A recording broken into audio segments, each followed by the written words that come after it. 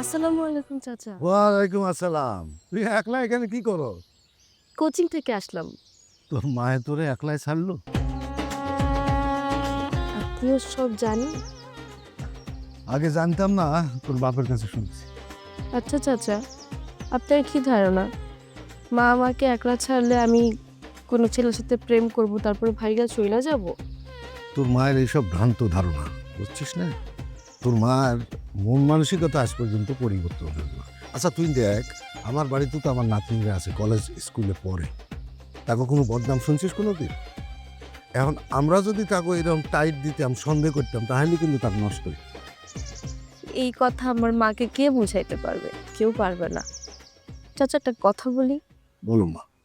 যদি কখনো আমার নামে কোনো বদনাম শোনেন, আপনি না ন্যায্য বিচারটা কইরেন। এটা আপনার কাছে আমার অনুরোধ। আসি চাচা, আসসালামু আলাইকুম। ওয়ালাইকুম আসসালাম। মাইয়াটা কতটাই না কষ্ট পাইয়া এমন এখন শক্ত কথা বলে গেল। আল্লাহ, এই মাইয়াটার বালা মুসিবত তুমি দেখো। আসসালামু আলাইকুম চেয়ারম্যান সাহেব। ওয়ালাইকুম আসসালাম ভাই সাহেব। আছেন ভালো তাই না? এই আছি মোটামুটি। কি ব্যাপার, ভাবি সাহেব সখন আসার কথা ছিল? ছিল তো অনেক কথাই ভাই সাহেব, কিন্তু সব কথা কি সবসময় ঠিক রাখা যায়? যার স্বার্থ তার যদি গরজ না থাকে, আমি নিজে গরজ দেখায় ঝামেলা ধরানোর কোনো কারণ আছে? কথা ঠিক আছে। তার মানে ভাবি সাহেবা তার সম্পত্তির ভাগ নিতে চাচ্ছেন না? সব চাওয়া পাওয়া কি সবসময় ঠিক থাকে ভাইজান? তাছাড়া আমার স্ত্রীর ভাইটা ডাকাত প্রকৃতির মানুষ, সারাক্ষণ খালি মাথায় খুন খারাপের চিন্তা নিয়ে চলে। ওরে বাবা, তাহলে তো এই ধরনের লোকের সাথে দ্বন্দ্বে জড়ানো উচিত না। জি ভাই সাহেব, আপনার কথাও ঠিক আছে। আল্লাহ তো আমার কম কিছু দেয় নাই। একটা মাত্র ছেলে বিদেশে থাকে, ডাক্তারি ডিগ্রি শেষ করে সেখানে একটা হাসপাতালে জয়েন করছে, অনেক টাকা বেতন পায়। সামান্য 2-4 বিঘা চরের বালি জমির জন্য জীবনটা কেন রিক্সা করবো বলেন তো? আচ্ছা বাদ দেন এসব কথা, আমি আপনার কাছে আসছি একটা অন্য বিষয় নিয়ে কথা বলতে। জি, বলেন। ব্যাপারটা হলো যে গিভ অ্যান্ড টেক। বাহ, ইন্টারেস্টিং তো। গিভ অ্যান্ড টেক বিষয়টা কিরকম বলেন তো? আরে খুব সোজা ব্যাপার। ধরেন আমি আপনাকে কিছু একটা দেব, আপনি আমাকে কিছু একটা দেবেন, এটাই গিভ অ্যান্ড টেক।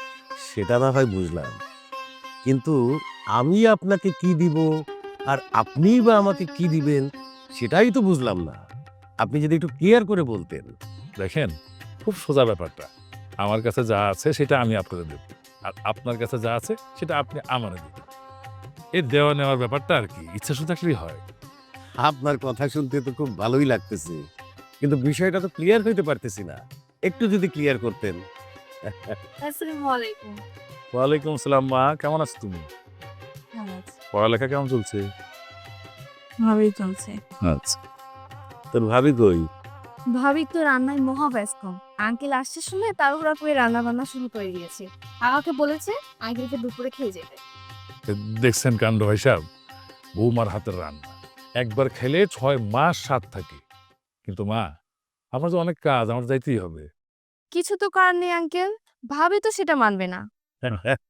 চেয়ারম্যান সাহেব, আমার বউবার সাথে আপনি পারবেন না। সুতরাং আপনার যতই কাজ থাকুক, আমাদের সাথে একসাথে না খেয়ে আপনি উঠতে পারবেন না। আমরা আজকে সবাই মিলে একসাথে খাওয়া দাওয়া করব।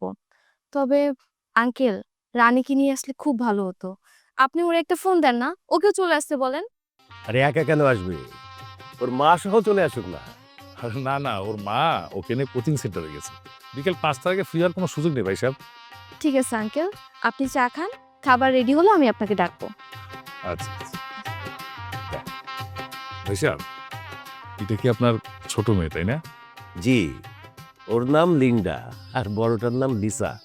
ওরা 2 বোন দেখতে একই রকম, উচ্চতা, শারীরিক গঠন সব একই রকম। তো ভাইজান, আমরা এই চা খেতে খেতে একটু ওই গিভ অ্যান্ড টেকের বিষয়টা আলাপ করে ফেলি। হ্যাঁ, বিষয়টা তো খুবই ইন্টারেস্টিং। এটা ক্লিয়ার করাই ভালো। বলেন, শুনি।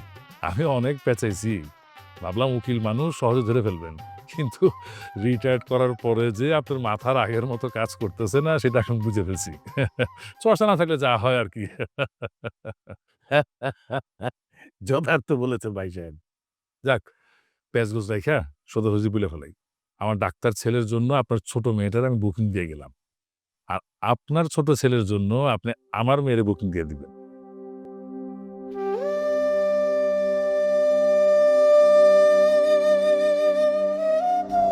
ভাই সাহেবের দেখি কথা আটকায় গেল বলে মনে হচ্ছে।